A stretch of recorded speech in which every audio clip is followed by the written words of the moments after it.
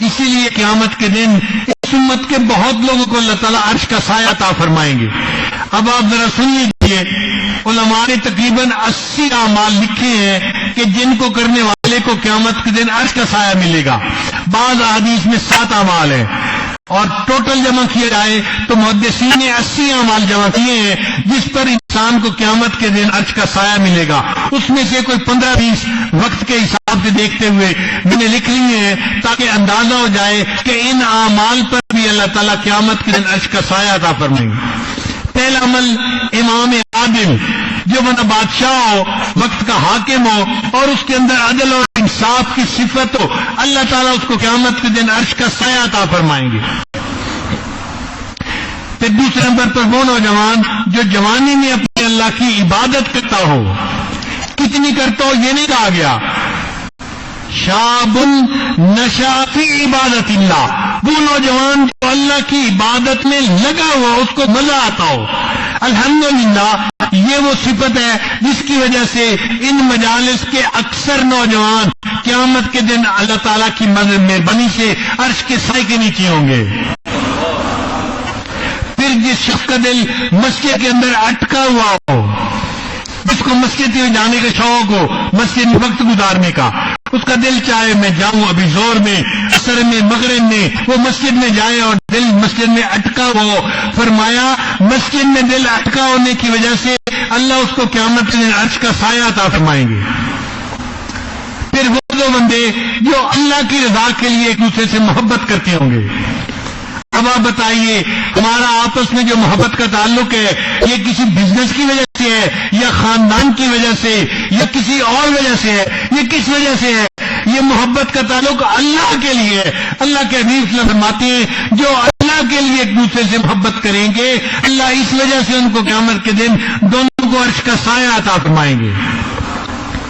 اور جو بندہ اس طرح صدقہ کرے کہ دائیں ہاتھ سے صدقہ کرے تو بائیں ہاتھ کو پتہ نہ چلے، کسی غریب کی مدد کرے، کسی مدرسے میں دے یا کسی اور ضرورت کی چیز کے اوپر جو لوگوں کی اس پر لگائے اور خاموشی سے لگائے، تشہیر نہ کرے، اس خفیہ صدقہ کرنے پر اللہ اس کو قیامت کے دن عرش کا سایہ عطا فرمائیں گے.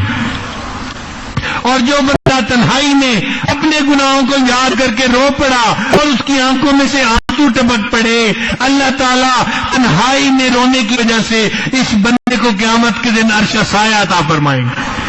اب بتائیے گنہگار سے گنہگار بندہ بھی کئی مرتبہ تنہائی میں اللہ کے سامنے روتا ہے. آپ کسی کو کیسے کم نظر سے دیکھ سکتے ہیں؟ وہ بڑا گنہگار صحیح، شرابی صحیح، زانی صحیح، جنابتکار صحیح، لیکن ہو سکتا ہے کبھی تنہائی میں اللہ کے سامنے رو پڑا ہو اور اس کے رونے پر اللہ نے اس کے لیے عرش کے سائے کا فیصلہ کر دیا ہو. پھر فرمایا اگر کوئی بندہ کسی کو قرض دے اور جو قرض لینے والا ہے وہ دے نہ سکے وقت پہ اور وہ آ کر کے مجھے تھوڑی اور مہلت دے دیں، اور یہ بندہ کہ اچھا میں نے آپ کو اور مہلت دے دی، یہ جو مہلت دینے والا ہے اس عمل کی وجہ سے اللہ اس کو عرش کا سایہ عطا فرمائیں گے. اور وہ بندہ جو تجارت کرتا ہو اور تجارت میں سچ بولتا ہو، سچ بولنے کے بنا پر اللہ اس کو قیامت کے دن عرش کا سایہ عطا فرمائیں گے. اور وہ بندہ جو رات کے اندھیرے میں مسجد میں جاتا ہو، عشاء کی نماز اندھیرے میں ہوتی ہے، فجر کی نماز اندھیرے میں ہوتی ہے، جو بندہ یہ دو نمازیں مسجد میں جماعت کے ساتھ پڑھنے کا اہتمام کرتا ہوگا، یہ اندھیرے میں مسجد کی طرف جانے والا ہے، اس پر اللہ اس کو عرش کا سایہ عطا فرمائیں گے. پھر حدیث پاک میں ہے کہ جو بندہ کسی یتیم کی پرورش کرے گا، اللہ تعالیٰ یتیم کی پرورش کرنے پر اس بندے کو قیامت کے دن عرش کا سایہ عطا فرمائیں گے. اور ایک اور مزے کی بات سنیے کہ جو بندہ جلدی ترس کھانے والا ہوگا، جس کو جلدی رحم آ جائے گا، جو جلدی دوسرے کو معاف کر دینے والا ہوگا، جلدی معاف کر دینے کی صفت کی وجہ سے اللہ اس کو قیامت کے دن عرش کا سایہ عطا فرمائیں گے. اور جو بندہ صلہ رحمی کرنے والا ہو، صلہ رحمی سے کیا مراد؟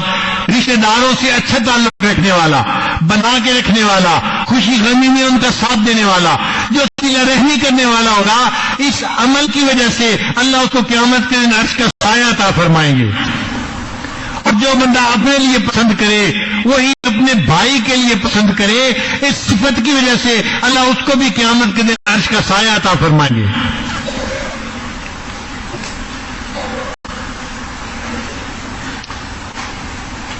اور جو بندہ اللہ کے راستے میں جاگنے والا ہو،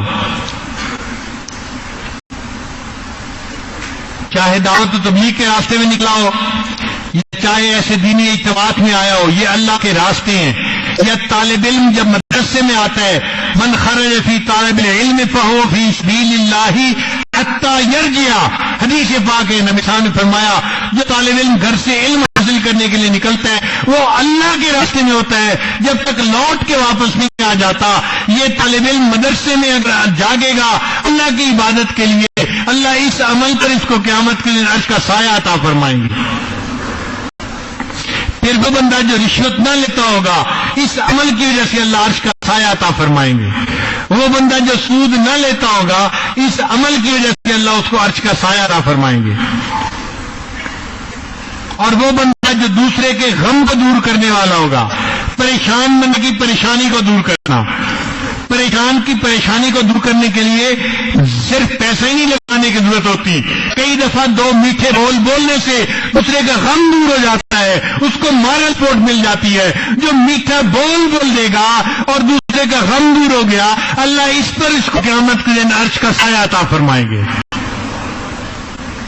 پھر نبی اسلام نے فرمایا جو بندہ مجھ پر کثرت سے درود شریف پڑھے گا، اس عمل کی وجہ سے اللہ اسے عرش کا سایہ عطا فرمائیں گے۔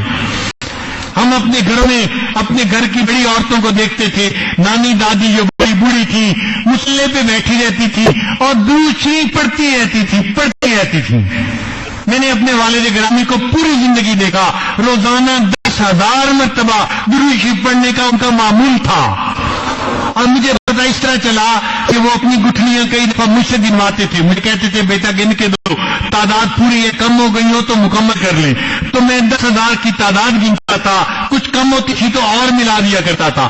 وہ روزانہ 10,000 مرتبہ درود شریف پڑھتے تھے۔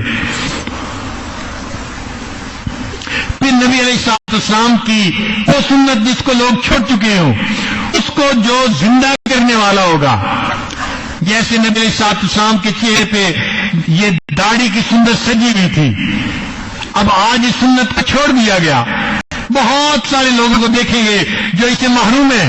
جو بندہ ایسی سنت کو اپنائے گا، حدیث پاک میں ہے اللہ اس پر عمل کرنے کی وجہ سے اس کو قیامت کے دن عرش کا سایہ عطا فرمائیں گے۔ پھر جو بندہ بار بار نماز کا وقت دیکھے گا، ظہر کا وقت ہوا یا نہیں، عصر کا وقت ہوا یا نہیں، گھر کے اندر ایک کیلنڈر لگوانا چاہیے جس میں نمازوں کے اوقات لکھے ہوئے ہوں، تاکہ عورتیں، مرد، بچے، بوڑھے سب موقع پہ نماز کا وقت اس میں دیکھ سکیں۔ یا پہلے وقتوں میں لوگ سورج کو دیکھتے تھے اور وقت دیکھا کرتے تھے۔ میں اپنے والد کو دیکھتا تھا، اس زمانے میں گھڑیاں بھی عام نہیں ہوتی تھی، وہ تہجد کے وقت نکل میں باہر آسمان کو دیکھتے تھے، تو میں پوچھتا تھا ابو آپ کیا دیکھ رہے ہیں؟ وہ کہتے تھے میں ستاروں کو دیکھ رہا ہوں۔ ابو کیوں دیکھ رہے ہیں؟ فرماتے ہیں میں دیکھتا ہوں کہ کیا تہجد کا وقت ختم ہو گیا یا نہیں ہو گیا۔ انہوں نے ستاروں کے نام رکھے ہوئے تھے، اگر یہ اس جگہ پر ہو تو تہجد کا وقت ختم ہو جاتا ہے۔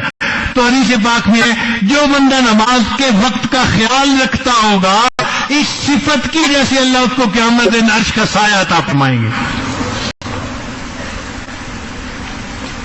اب یہ چند باتیں جو بتائیں، اسی باتیں تو بہت زیادہ ہیں۔ اب آپ خود سوچئے، ان باتوں کو سن کے تو یوں پتہ چلتا ہے کہ اللہ تعالیٰ نبی علیہ السلام کی امت کو بخشنے پہ تلے ہوئے ہیں، کوئی بہانہ ملے اور میں اپنے محبوب کی امت کے گناہوں کو معاف کر دوں۔ تو اللہ تعالیٰ ارحم الراحمین ہے اور نبی علیہ السلام رحمت للعالمین ہے۔